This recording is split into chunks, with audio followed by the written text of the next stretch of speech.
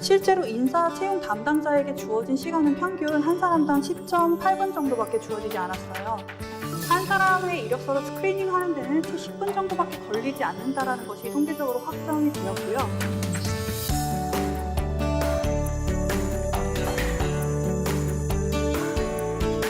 본인의 역량과 그다음에 내가 가지고 있는 전공 지식 이런 것들을 매칭하셔가지고 내가 여기에 들어가야 되는 사람이다라는 것을 정확히 보여주시는 게 좋아요.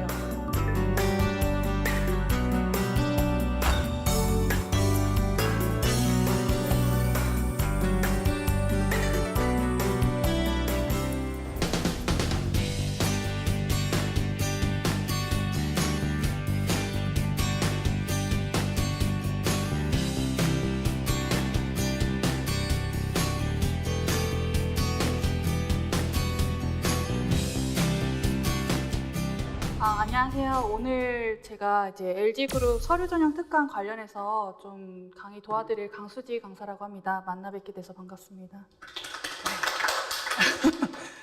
일단 앞에 화면 한번 봐주시겠어요? 일단 여기 좌측과 우측에 있는 분들이 좀 인물이 같은 인물이세요. 근데 이제 조금 다른 이미지로 보이시잖아요. 이제 제가 생각하기에 우리나라에서 취업을 할 때 이력서 사진을 굉장히 중요하게 생각하시잖아요. 그래서 제가 생각하기에도 얼굴의 어떤 외모나 형태 이런 것보다는 이미지나 인상이 줄 수 있는 효과가 그만큼 크다라는 생각이 좀 들었고요. 그래서 그런 것들을 조금 제가 좀 예시로서 극단적으로 보여드리고자 좀 이런 사진을 준비를 했습니다. 그래서 한번 참고적으로 이제 사진의 중요성에 대해서 먼저 조금 시작하고 들어가도록 하겠습니다. 일단 이제 첫인상의 법칙 1초라는 거는 여러분들께서 이제 어떤 사람을 처음 봤을 때 이 사람이 어떤 사람이다라는 느낌이 좀 인지적으로 받아들여지는데 통계적으로 이제 수치를 과학자들이 내기에는 1초가 채 걸리지 않는다고 해요. 그래서 사실 우리가 누군가를 처음 봤을 때 뭔가 어떤 느낌일 것이라는 것이 우리가 실질적으로 수치로 판단이 되진 않지만 이게 측정한 결과로는 그렇게 나왔고요. 제가 이거를 말씀드리려고 하는 이유는 자기소개서나 이력서가 요즘에는 시스템으로 입력하는 것으로 많이 대체가 되어서 글씨체라든지 아니면 문법이라든지 글씨 폰트 이런 것들이 많이 좀 중요성이 좀 예전보단 덜해지긴 했지만 그래도 이제 제가 생각하기에는 이제 일반 대기업 공채나 이제 다른 공채 이외에 이제 일반 기업에 지원하실 때는 또 소프트 카피로 이제 페이퍼를 준비하시잖아요. 그럴 때는 또 이제 좀 포매팅이나 어떤 형태 같은 것들이 굉장히 중요하거든요.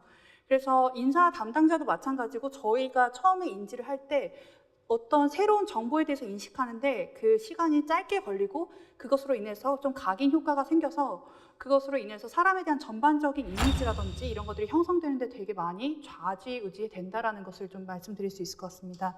그래서 여기는 통계 자료와 함께 제가 화면에 보여드리는데 실제로 인사 채용 담당자에게 주어진 시간은 평균 한 사람당 10.8분 정도밖에 주어지지 않았어요. 그래서 제가 왼쪽에 있는 슬라이드에 보시면 모 포털 사이트에서 인사 담당자들을 대상으로 설문조사를 한 것을 작년 결과를 제가 좀 가져온 건데 한 사람의 이력서를 스크리닝하는 데는 채 10분 정도밖에 걸리지 않는다는 것이 통계적으로 확정이 되었고요. 그래서 그렇다면 우리가 이력서를 쓸 때 첫인상도 중요해서 포매팅도 잘해야 되고 그다음에 컨텐츠도 중요한데 이것을 어떻게 우리가 어필을 할 수 있을 것인가 이거를 조금 전략적으로 접근할 필요가 있습니다. 그래서 일단은 밑에 오른쪽에 레터를 한번 봐주시면은 신입직 이력서 검토 시 가장 먼저 보는 항목이 경력사항이라고 되어 있어요, 의외로.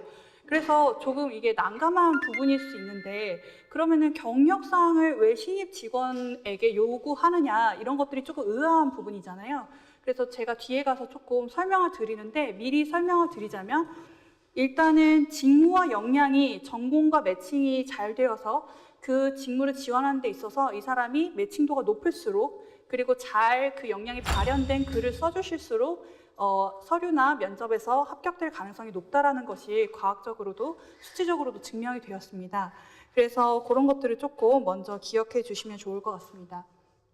그다음에 이제 우리에게 주어진 시간은 사실 이제 3, 4학년 분들이 대부분이시니까 좀 시간이 많게 여유가 있는 것은 아니잖아요.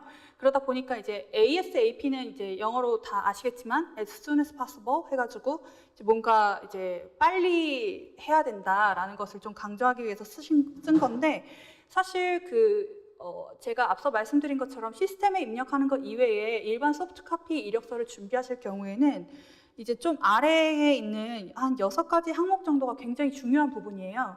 그래서 일단은 제가 생각하기에는 대부분 HWP나 워드 파일로 준비를 하시는 게 좋고요. 그리고 글씨체와 폰트 줄 간격을 통일한다. 이거는 되게 중요한 포매팅적인 인상에서 중요한 부분이에요. 그래서 보통 이제 영문 같은 경우에는 Times New Roman, Arials 같은 글씨체를 쓰시고, 그다음에 국문 같은 경우에는 이제 맑은 코드 10포인트, 그다음에 줄 간격 1.0으로 하시는 게 가장 깔끔하게 보이실 수 있는 조금 포매팅 방법이시고요. 그다음에 이제 이력서를 작성하실 때 여러분들이 좀 작성하시는 방법이 조금 다르시긴 하겠지만 학력과 경험과 모든 자격 사항은 최신 경험이 가장 상단에 나오게 작성하시는 게 좋습니다.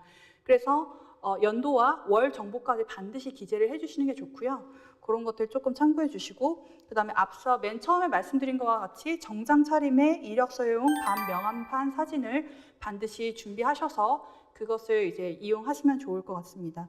그 다음에 이력서를 작성하실 때는 항상 뭔가 자소서를 제외한 나머지 정보에 대해서는 요약식으로 정리해 주시는 게 좋아요. 그것은 이제 읽는 사람으로 하여금 이해력과 가독성을 좀 높이기 위해서 그거는 반드시 좀 문장을 좀 요약식으로 정리하시는 습관을 좀 길러주시면 좋을 것 같고요.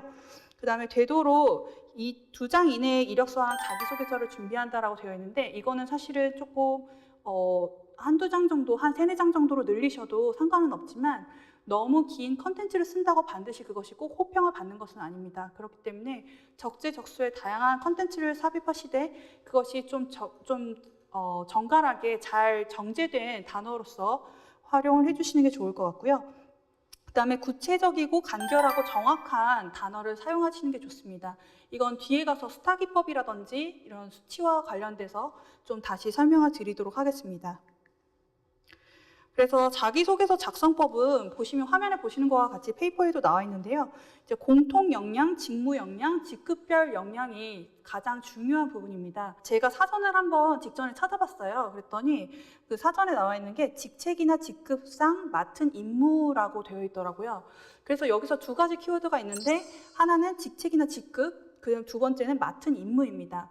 근데 저희가 중요한 것은 저희가 이제 신입 직원을 대상으로 공채를 지원하는 거기 때문에 저희가 맡은 직책이나 직무는 일단 신입 사원이라고 보시면 되고요. 그러면은 밑에 3번째 보시면 직급별 역량이라는 게 그만큼 중요한 것인가 라고 하는 부분에 있어서는 제가 이렇게 말씀드릴 수 있을 것 같아요. 일단 우리나라 100대 대기업을 대상으로 이제 대학생이나 인재를 채용할 때 가장 우선시하는 인재상 2가지를 작년에 이제 통계 조사를 했거든요. 첫 번째는 소통, 2번째는 협력이었습니다. 그만큼 요즘에는 코워크, 팀워크 이런 단어들이 되게 중요해지는 추세이고요. 그만큼 커뮤니케이션 스킬이라든지 이런 것들이 굉장히 많이 강조되고 있습니다. 그렇기 때문에 여러분들이 인성적인 부분을 부각하실 때 반드시 팀워크라든지 커뮤니케이션 스킬에 대해서 역량을 어필하실 수 있는 경험이나 사례를 들어서 설명해 주시는 게 정말 유리하실 것 같아요. 그리고 일단 공통 역량 부분에 보시면은 핵심 가치, 경영 이념, 조직 문화, 공통 인재상 이런 것들이 나와 있는데 제가 이따가 이제 LG 그룹 같은 경우에는 공통 인재상 같은 부분을 조금 설명을 드릴 거예요. 근데 이런 공통 역량에 해당하는 부분은 대부분 지원하시고자 하는 회사의 홈페이지에 들어가시면 사업 개요라든지 비전, 미션, 이념, 그 다음에 인재상 이런 것들이 사업 소개 제일 첫 번째 페이지에 다 나와 있습니다. 그렇기 때문에 회사에 지원하시기 전에 반드시 홈페이지를 한 번 정도는 너무 자세하지 않더라도 한 번 정도는 조금 봐주시는 것이 유리하실 것 같아요. 그리고 직무 역량 관련해서는 여기 나와 있는 항목이 제일 중요하기 때문에 제가 노란색으로 이제 볼드체를 해놨는데 직무 지식, 전공, 직무 적성, 직무 관련 개인 특성, 직무를 수행하기 위한 스킬, 직무와 관련된 자격증, 학력, 경험 이런 것들이 중요하다고 되어 있잖아요. 그러니까 결론적으로 말씀드리자면 여기서 중요한 것은 직무를 할 수 있는 역량과 스킬을 내가 얼만큼 갖췄는가라는 것을 좀 입증할 수 있으면 좋을 것 같습니다. 그래서 오른쪽 화면에 보시면 상급 역량이라고 되어 있는 부분이 있어요. 이거는 제가 이제 적은 부분이 아니라 국가에서 NCS 그 기준표를 만들 때 상급 역량을 가진 사람은 도대체 어떤 사람이냐라는 것을 정의하기 위해서 설명으로 이제 덧붙여 놓은 것입니다. 그래서 이제 보시면은 해당 역량에 대한 명확한 증거가 있을 때 지원자의 답변 내용에 요구되어지는 행동 지표가 80% 이상 되어 있을 때라고 되어 있습니다. 이 말씀은 제가 다시 풀어서 설명해 드리자면 아까 말씀드린 팀워크 능력이라든지 커뮤니케이션 스킬에 대해서 자신의 경험을 정확하게 매칭시킬 수 있는 증거가 명확해야 되고 그것은 팩트여야 합니다. 다른 친구의 경험이라든지 아니면 책에서 봤던 경험보다는 본인이 직접 경험한 경험을 기술하시는 것이 좋고요. 그것이 이제 답변에서 나와 있는 것과 그들이 원하는 직무 기술서에 해당하는 부분이 80% 이상 매칭됐을 때 이 사람은 상급 역량을 가진 사람이라고 평가할 수 있습니다. 그래서 그런 것들을 기억해 주시면 좋을 것 같아요. 그래서 여러분들이 일단 이제 자신의 경험과 이제 본인의 어떤 사례 예시들을 조금 이제 브레인스토밍을 하셔야 되는데 그거를 약간 말씀을 드릴게요. 이쪽 페이지에 보시면은 오른쪽 페이지에 이제 브레인스토밍 하는 방법, 키워드 매핑하는 방법이 나와 있습니다. 그래서 이 후보자는 제가 이거를 이미지를 구글에서 찾은 건데 현대자동차에 지원하고자 하는 학생인 것 같아요. 그래서 그거에 관련돼서 파생 단어들을 계속 이렇게 연관 지어서 설명을 해놨습니다.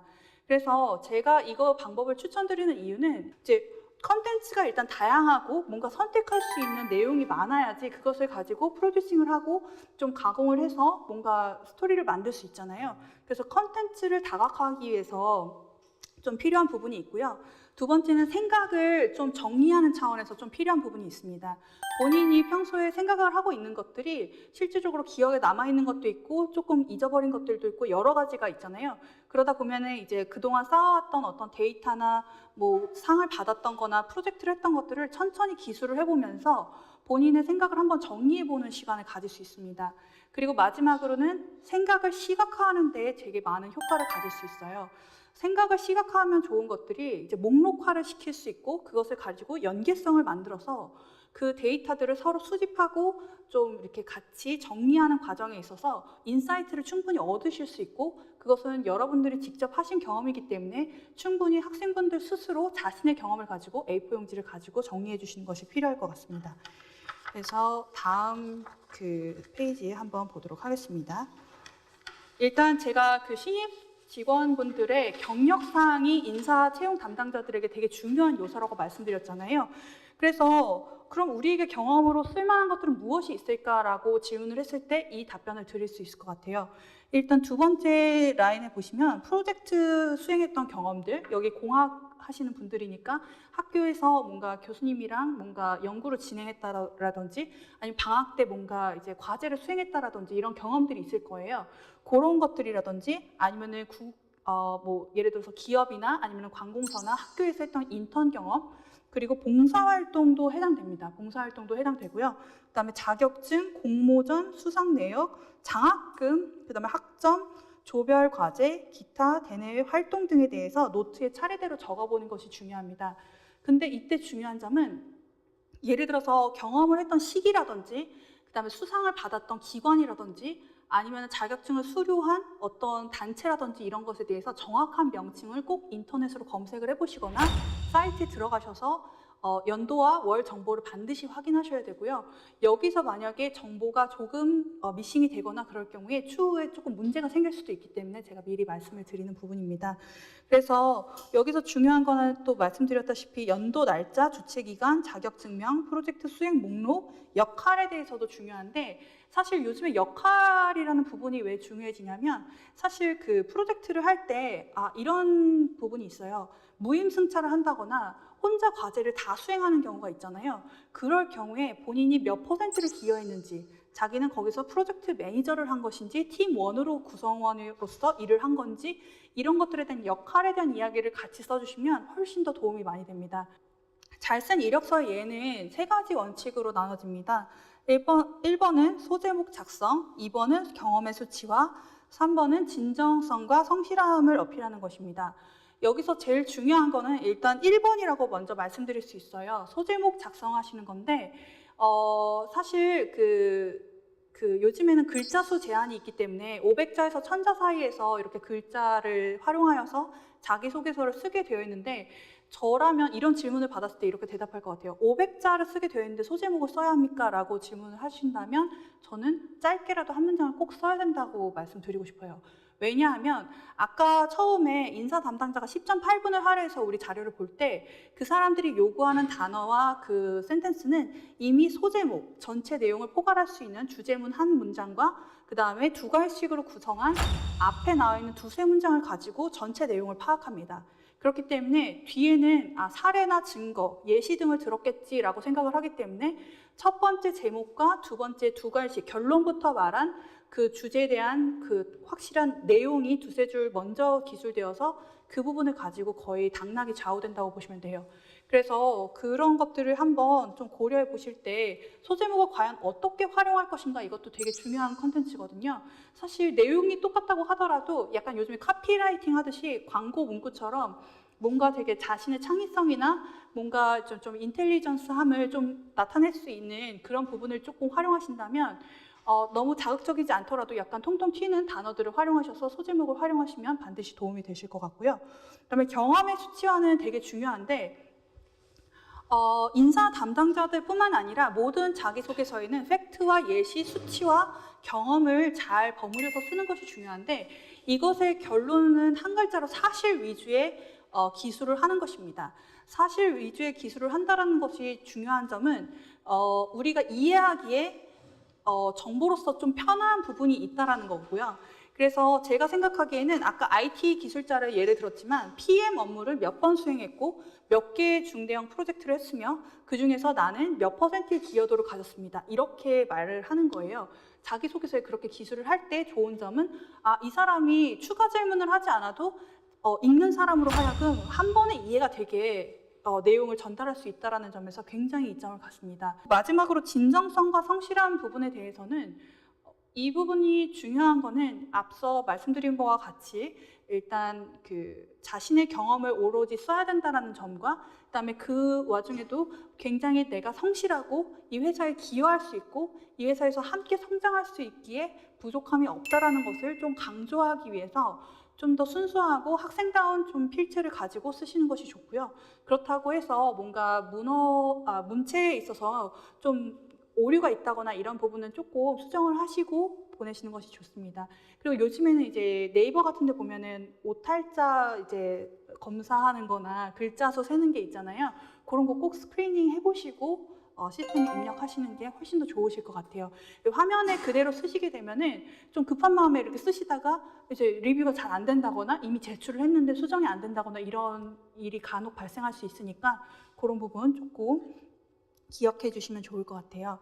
그래서 이제 스타 기법이라고 하는 것은 일단은 사실은 자소서를 쓸 수 있는 공식 같은 요소입니다. 이 스타 기법을 쓴 이유는 한 가지예요. 사실 위주의 내용을 본인의 경험과 잘 접목시켜서 알기 쉽게 기술하기 위해서입니다. 그렇기 때문에 S에 해당하는 것은 situation, 상황에 대한 이야기고요. 그리고 T에 해당하는 건 태스크, 과제에 해당하는 겁니다. 그리고 A는 액션, 행동, R은 리절트, 결과입니다. 그래서 이거를 단어를 조금 설명을 드리자면요. S 같은 경우에는 본인이 처해 있었던 상황에 대해서 구체적으로 전달해야 합니다. 이게 원칙이고요. 그 다음에 과제, T에 대한 부분은 내가 맡은 목적, 목표 등이 본인이 추구하는 궁극적인 실현 가치에 대해서 언급할 필요가 있고 자신이 처해 있는 상황에서 해결하거나 수행했던 과업이 무엇이었는지 서술하는 것이 중요하고요. 그 다음에 A 액션은 실행한 주어진 과제나 목표를 바탕으로 본인이 어떤 행동을 했고 어떤 결과가 리절트까지 나왔는지 이렇게 쓰는 것이 중요한데 제가 두 가지 원칙을 말씀드릴게요. 첫 번째는 완벽히 실패한 사례에 대해서는 쓰지 않는 것이 좋습니다. 왜냐하면 여기서 중요한 점은 이거예요. 우리에게 쓸 수 있는 글자 수가 한정적이다 보니까 우리가 처음에 실패를 했더라도 어떻게 극복을 해 나갔는지 그리고 결국에는 그것을 성공으로 이끌었는지에 대해서 쓰시는 게 굉장히 유리한 그 관점이고요. 두 번째는 처음부터 성공만 했던 이야기, 본인을 뭔가 과장해서 자랑하기 위해서 뭔가 성공담을 이렇게 하는 이야기는 조금 지양하는 것이 좋습니다. 그래서 일단 프레젠테이션 강의는 여기까지 하고요. 그 페이퍼 좀 뒷부분에 보시면 LG전자 및 계열사 자기소개서 문항에 따른 가이드라인이라고 되어 있는 부분이 있어요. 그래서 그 부분 먼저 같이 좀 보도록 하겠습니다. 제가 생각하기에 기업에 자기소개서를 쓰는 문항이 많이 줄어들었어요. 예전에 비해서. 예전에는 한 5문항, 6문항에 막 1000자 이상 쓰게 되어 있었거든요. 근데 지금 요즘 트렌드를 봐서는 LG전자도 마찬가지고 화학도 마찬가지지만 2개, 3개 문항에 500자에서 1000자 정도 쓰게 되어 있어요. 그러다 보니까 정말 간결하고 핵심적인 이야기만 적었을 때 되게 읽는 사람으로 하여금 마음이 좀 흡족하고, 그리고 쓰는 사람도 좀 너무 회사별로 너무 많은 콘텐츠를 쥐어짜지 않도록 약간 해야 되는 부분이 있기 때문에 그런 부분에 있어서는 많이 간소해진 편이에요. 근데 일단 제가 생각하기에 어떤 회사를 지원하시든지 제일 중요한 거는 직무기술표, 잡 디스크립션을 먼저 분석하는 게 제일 중요해요. 근데 잡 디스크립션은 어떤 회사에 따라서는 3줄, 4줄만 나와 있는 경우도 있고, 좀 친절한 회사는 10줄 정도 나와 있는 회사도 있습니다. 근데 그것을 가지고 본인의 역량과 그다음에 내가 가지고 있는 전공 지식 이런 것들을 매칭하셔가지고 내가 여기에 꼭 들어가야 되는 사람이다라는 것을 정확히 보여주시는 게 좋아요. 그래서 제가 이제 여기에 기술한 내용들은 전부 LG전자나 화학 이런 데서 근무하신 분들이 인터뷰한 내용들을 발췌해 온 것입니다. 그래서 이런 내용들은 다 LG전자 홈페이지에 이미 공시가 되어 있어요. 그래서 제가 요약을 하고 이러면서 이런 내용을 통해서 어떻게 직무 분석을 하면 좋을지에 대해서 조금 같이 보도록 하겠습니다. 일단 LG전자 인재상 정보를 같이 볼게요. 여기서 4줄의 컨텐츠, 센텐스가 나와 있는데 저라면 키워드를 이렇게 잡을 것 같아요. 맨 나중에 나와 있는 뭐뭐 하는 사람에 나와 있는 뭐뭐에 대해서 키워드를 잡을 수 있을 것 같은데요. 그 첫째 줄 같은 경우에는 도전, 두 번째 줄 같은 경우에는 혁신, 세 번째는 일하는, 네 번째는 경쟁하는. 이거를 저는 제 생각에는 그렇게 키워드로 잡으면 조금 더 편할 수도 있다는 생각이 들어요. 그래서 LG전자에서는 도전하고 혁신하고 일하면서 경쟁하는 사람을 채용하려고 하는구나 라는 걸 우리가 알 수 있어요. 그래서 일단 LG전자의 스와트 분석한 거를 보시면요. 이것도 이제 제가 분석한 건 아니고 그들이 작년도 그 사업 개요나 진행 방향을 바탕으로 공시를 한 자료를 제가 요약을 해온 거예요.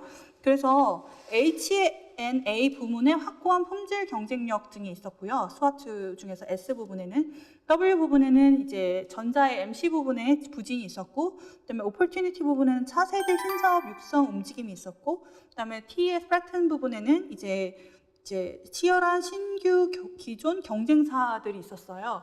그래서 이 부서별로 제가 이제 LG전자 같은 경우에는 이제 H&A 부문이 있었고, 그 다음에 소재 생산 기술원 부서 현황이 있었고, 그 다음에 LG화학 이렇게 되어 있었는데, 제가 이제 여기 앉아 계신 분들이 전공이 대부분 신소재 공학 또는 화학 전공이라고 하셔가지고 LG전자의 3가지 직군에 대해서는 어떻게 키워드를 잡아내는지 그런 것 정도 좀 보여드릴게요.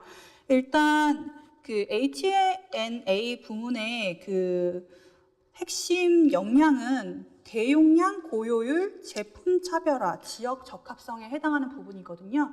그 회사 소개에 보시면은 그렇게 동그라미를 한번 쳐보시면 좋을 것 같아요. 그리고 에어솔루션 부문 같은 경우에는 이제 글로벌 생산 네트워크 구축, 신제품 출시, 에너지 절감 통합 솔루션을 제공하고 있다 이렇게 되어 있는데, 이렇게 키워드만 봐서는 약간 아직 연결이 잘 안 되잖아요. 그래서 직군별로 한번 같이 보도록 하겠습니다. 그래서 이제 하드웨어 설계 부분에서 하는 일을 잠깐 볼게요.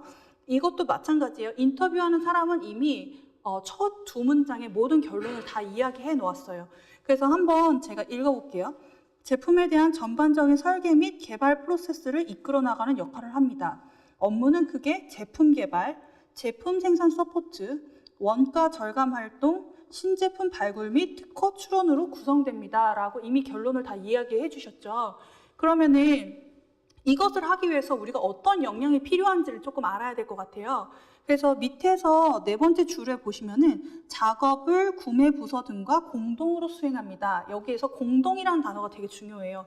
소통과 협력을 강조하는 요즘 대기업에서 공동이라고 하는 부분에 있어서는 이 업무를 할 때는 반드시 팀워크를 잘하는 사람이 필요하겠구나라는 것을 여러분이 아실 수 있습니다. 그리고 밑에서 세 번째 줄 보시면 회로 설계 및 분석이 가능한 기본 지식이 필요하며 전공에 대한 매칭도가 높은 사람이어야 되겠구나. 내가 인문계 학생인데 예를 들어서 이 회로 설계에 대한 이해가 없으면 하드웨어 설계를 하는 데 있어서는 조금 무리가 있을 수 있겠다. 약간 이런 부분을 조금 이해해 주시면 좋을 것 같고요. 그 다음에 밑에서 두 번째 줄에 보시면 기초 부품에 대한 지식과 전자회로에 대한 이해가 필요하며 이것도 마찬가지로 뭔가 부품에 대한 어떤 좀 계측을 하는 부분에 대한 좀 기본적인 백그라운드가 있으신 분이 좋고요. 그 다음에 마지막으로 중요한 건 문제점을 정확하고 확실하게 판단하여 해결하는 능력이 중요하다. 이렇게 나와 있어요. 이거는 결국 문제 해결 능력을 가진 사람을 뽑고 있구나라는 것을 이제 저희가 키워드로서 추출할 수 있습니다. 그래서 이 하드웨어 설계 부문에서 중요한 컨셉은 팀워크 능력, 그 다음에 회로 설계 부문의 지식, 전공 적합성, 문제 해결 능력이라는 것을 아실 수 있어요. 그러니까 여러분들이 스스로를 강조하실 때 이 업무가 도대체 무슨 업무를 하는지를 반드시 보시고 강점과 약점을 쓰는 부분이 나중에 자소서 항목에 나와요. 그럴 때 강점은 본인이 가지고 계신 장점을 충분히 어필하실 수 있는 근거가 있지만 약점은 과연 뭘 써야 될까라고 되게 고민하시잖아요.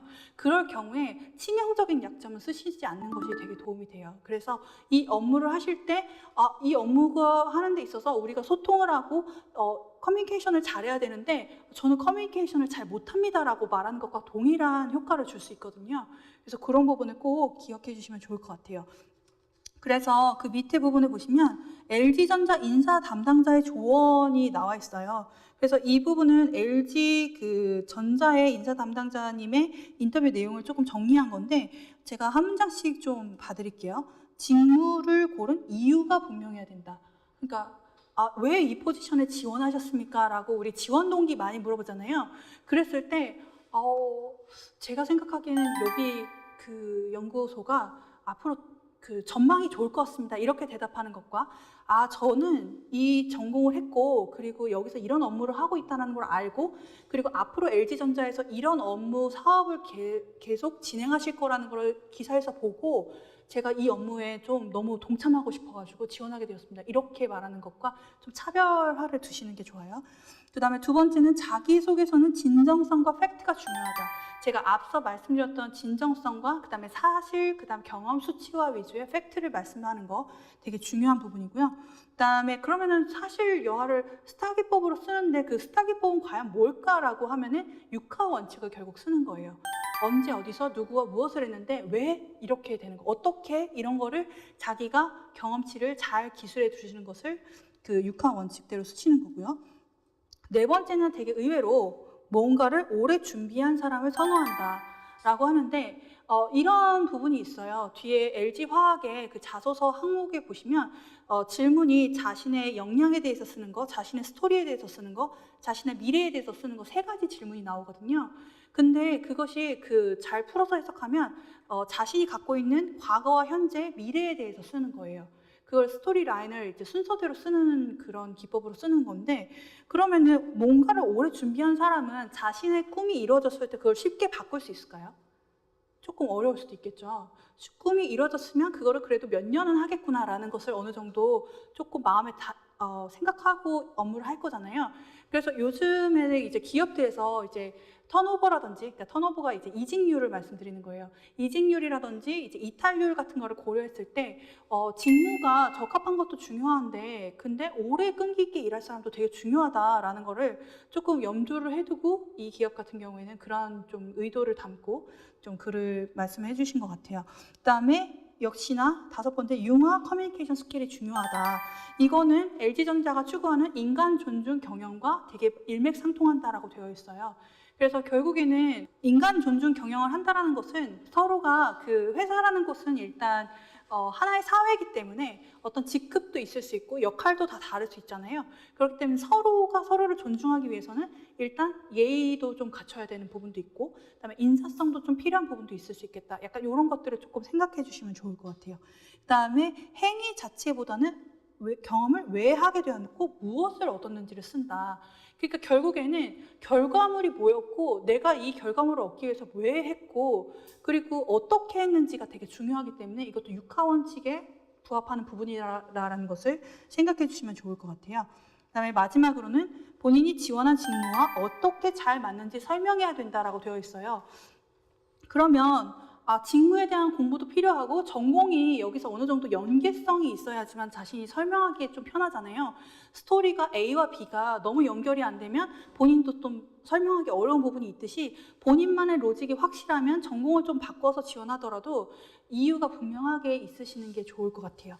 그래서 뒷페이지 한번 보시면 자소서 항목을 같이 좀 분석을 해보도록 하겠습니다. 일단 LG전자 자소서 항목은 크게 두 가지 질문으로 요즘에 나오고 있어요. 그래서 첫 번째 질문은 직무 관련 동기와 역량을 기재한다라고 되어 있고요. 그래서 두 번째 질문은 직무 관련 향후 계획 이렇게 쓰는 건데 두 개 다 한 1000자 정도 쓰게 되어 있어요. 그러면 1000자가 생각보다 되게 큰 그 컨텍스트를 차지하기 때문에 과연 어떤 내용을 넣어야 할 것인가 되게 고민하시잖아요. 그때 제가 옆에다가 이제 같이 해설을 조금 붙여놨는데 해당 직무의 지원 동기를 포함하여 직무 관련 본인이 보유한 강점과 보완점을 사례를 통하여 구체적으로 기술해 주시면 좋습니다. 이렇게 되어 있어요.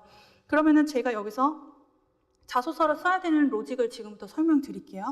일단 전자 같은 경우에 이제 소재 생산 기술원 업무가 있었고 그 다음에 3가지 엔지니어 업무가 있었잖아요. 하드웨어, 소프트웨어, 그 다음에 기구 설계. 거기에 대한 업무를 분석하고요. 밑에 제가 굵은 글씨에 NCDS 기반의 역량 종류를 9가지를 기술해 놨어요. 여기에 보시면 자기 표현 능력 문제, 문제 해결 능력 문제, 창의 도전 정신 문제, 커뮤니케이션 능력 문제, 지원 동기 및 직무 역량 문제 이렇게 기술을 해놨는데 이 역량 중에서 본인이 어떤 직무와 어떤 역량이 자기한테 필요할지를 2-3가지를 이렇게 골라주시면 돼요. 그래서 우리 소재 생산 기술원에서는 아까 말씀드린 대로 예를 들어서 문제 해결 부분이 중요해 라고 하면은 그 역량 부분을 꺼내서 거기에 해당하는 경험을 일단 계속 생각해 주시면 좋아요. 근데 그 경험을 브레인스토밍 하실 때 수치화하고 팩트를 이용하고 그 다음에 그거에 대해서 예시를 들어서 계속 그 브레인스토밍 한다라는 부분에 대해서 말씀드렸잖아요. 그러면은 직무에서 필요한 역량을 2-3개 추출했고 거기에 대한 경험을 추출했고 거기서 이제 수치화 경험을 계속 적어 주신 다음에 관련 직무와 적합한 지원 동기를 그 다음에 구상하시는 게 좋아요.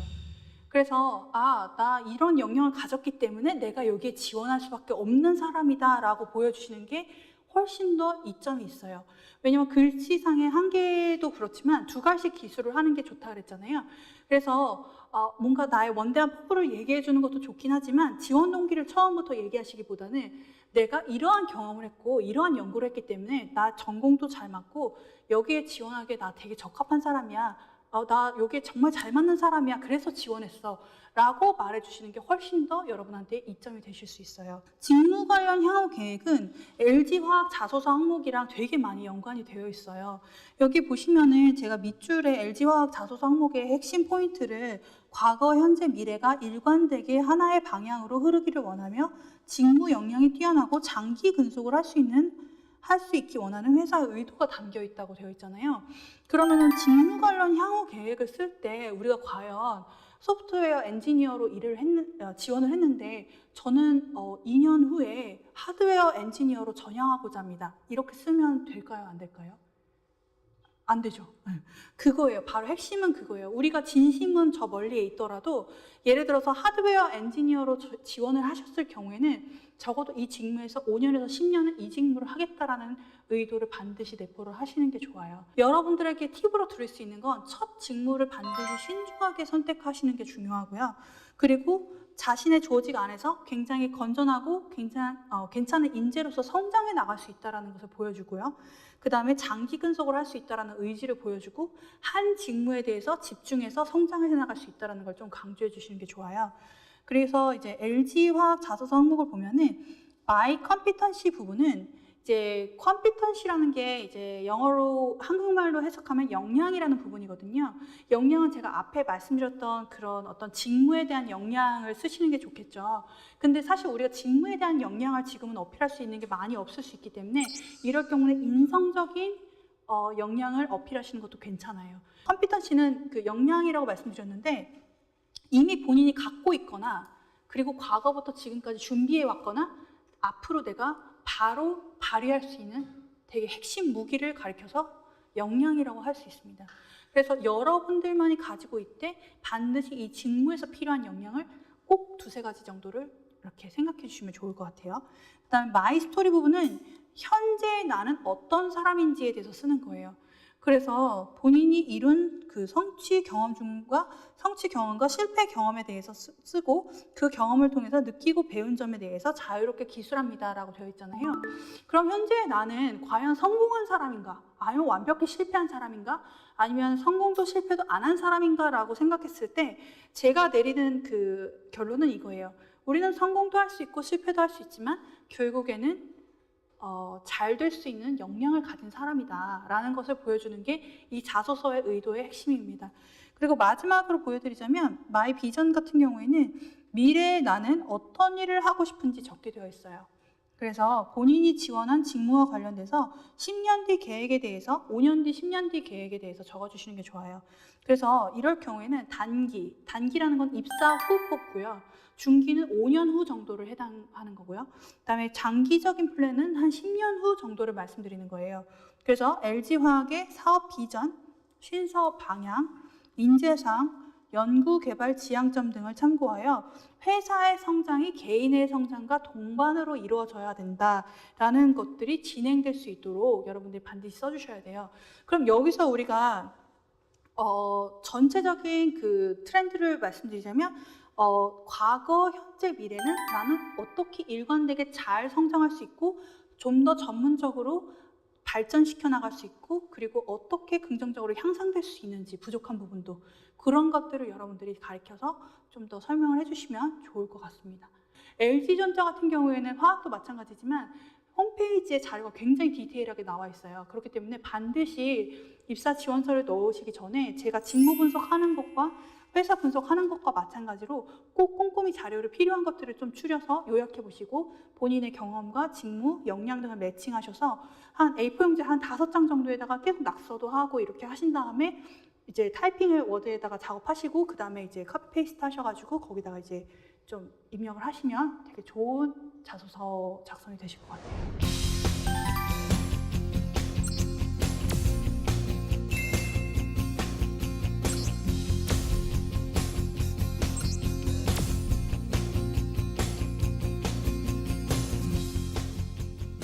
오늘 이제 LG 계열사 그룹의 자소서 특강은 여기까지 마치도록 하겠습니다. 감사합니다.